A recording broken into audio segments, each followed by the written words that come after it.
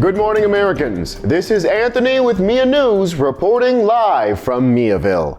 As our soldiers and sailors bravely battle across Europe and the Pacific, we bring you a special broadcast highlighting another critical front in this war, the American Homefront, where the fight continues through the efforts and sacrifices of our citizens right here at home. From our bustling factories to our kitchen tables, every corner of America is contributing to the war effort. Stay tuned as we discuss how this war has transformed our economy, the impact it's had on women and African Americans, and the challenges that Japanese Americans are facing on the home front. This is MIA News, and our special report starts now.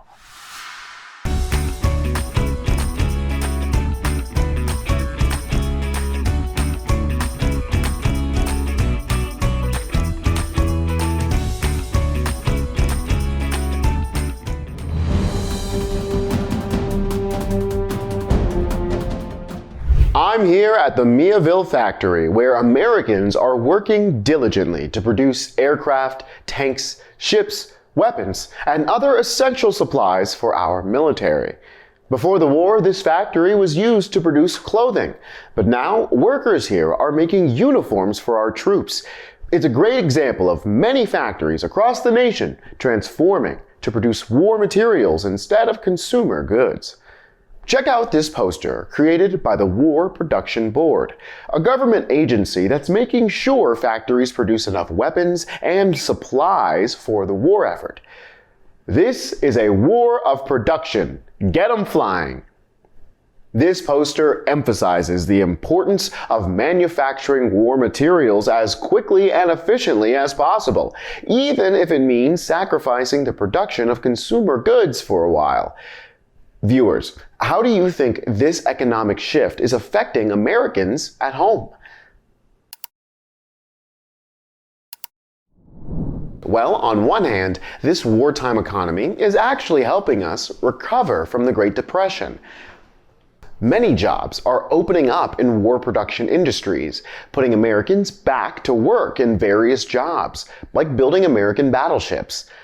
On the other hand, as we pour our resources into war production, everyday items are becoming scarce, causing significant changes to daily life. The government has introduced rations, which limit the amount of certain products like sugar, meat, and gasoline that each person can buy, so we can send more to our soldiers. In response, victory gardens are springing up across the nation. Americans are turning their backyards, parks, and even schoolyards into gardens, growing fruits and vegetables to feed their families and neighbors. Viewers, why do you think they are called victory gardens? Well, growing your own food means we'll have more to send to our soldiers, contributing to our anticipated victory. And if you have the means for it, there's even more you can do to help. The government is calling upon Americans to purchase war bonds. Buying war bonds means you can give money to the government to use for the war. When the war is over, the government will give you back your money plus a little extra. It's like a special savings account that can help you make a little money and lead us to victory. In these tough times, Americans on the home front are playing a vital role in supporting the war, demonstrating that the battle for freedom is fought not just on foreign lands, but within every American household. Now, let's head over to the town square to get some more insight into how this war is affecting our nation.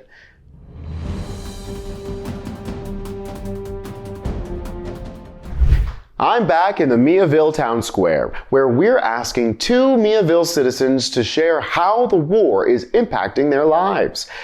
First up, let's meet Eleanor Thompson, a factory worker and a volunteer in the local community effort supporting our troops. Mrs. Thompson, how has the war impacted women on the home front? Thank you, Anthony. The war has drastically changed the role of women in America. Some women have joined the armed forces, flying planes, volunteering as nurses, and serving our country in ways that weren't possible before. And for us at home, with so many men serving overseas, we've stepped into roles previously unavailable to us. We're working in factories, building planes, tanks, and more to keep the country running and contribute to America's victory. I carry this poster as a reminder of how we're breaking down barriers and proving that we can and will accomplish great things. We can do it. This experience has ignited a push for greater equality and rights for women, a fight that we plan to continue after the war. Thanks, Eleanor. Let's hope this momentum towards greater equality for women continues long after the war is over. We now welcome our next guest, Timothy Franklin, who has witnessed the impacts of the war on the Black community. Mr. Franklin, could you share your perspective? Certainly. Thanks, Anthony. At a time when our community is facing segregation and discrimination, this war is opening up opportunities that were previously unavailable to us. Have you ever heard of the Tuskegee Airmen? They're a group of Black pilots who are battling our enemies in the skies above Europe. Their success is starting to change people's minds about racial segregation, especially in the military. Here at home, African Americans are supporting something called the Double V Campaign. This campaign is about winning two victories, one against our enemies in the war and another against racism in America. We're fighting for freedom around the world, so we deserve that same freedom here at home. And we plan to continue fighting for our freedom and equality after the war is over. Thank you, Timothy and Eleanor, for sharing your experiences. It sounds like the war effort is inspiring women and African Americans to not only fight for their country, but also to fight for their rights. However, for another minority group, life on the home front has been nothing but challenging. Let's head over to Miaville Town Hall to learn more.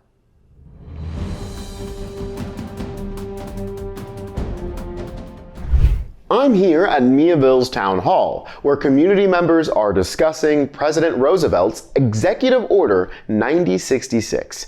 This law, signed after the Japanese attack on Pearl Harbor, enforced the internment of Japanese Americans.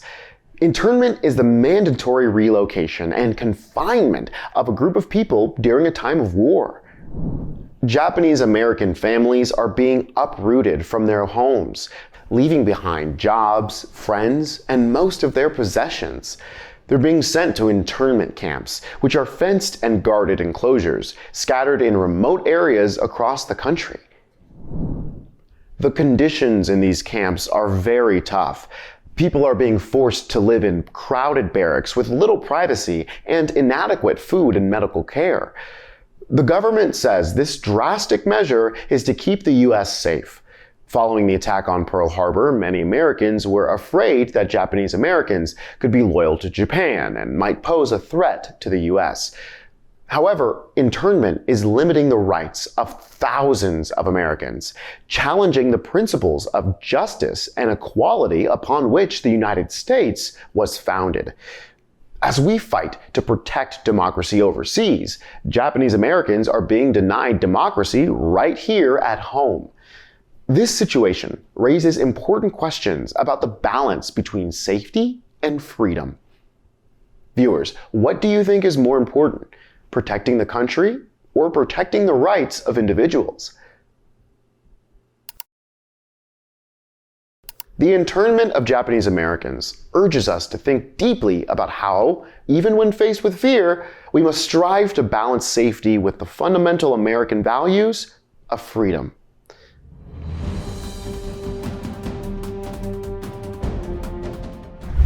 As we conclude our special broadcast, it's clear that World War II is transforming American lives, not just on the front lines, but right here on the home front. This war, while uniting us in the fight against our enemies, has also exposed deep divisions within our society. These changes are planting seeds for a future where the demand for equality, justice, and freedom will most certainly grow louder. As we move forward, let's remember the lessons of unity, opportunity, and the cost of war. And let's work together to build a post-war America that values every citizen's contribution and rights. Until next time, remember that shaping the future begins with understanding the past. Hey, hey!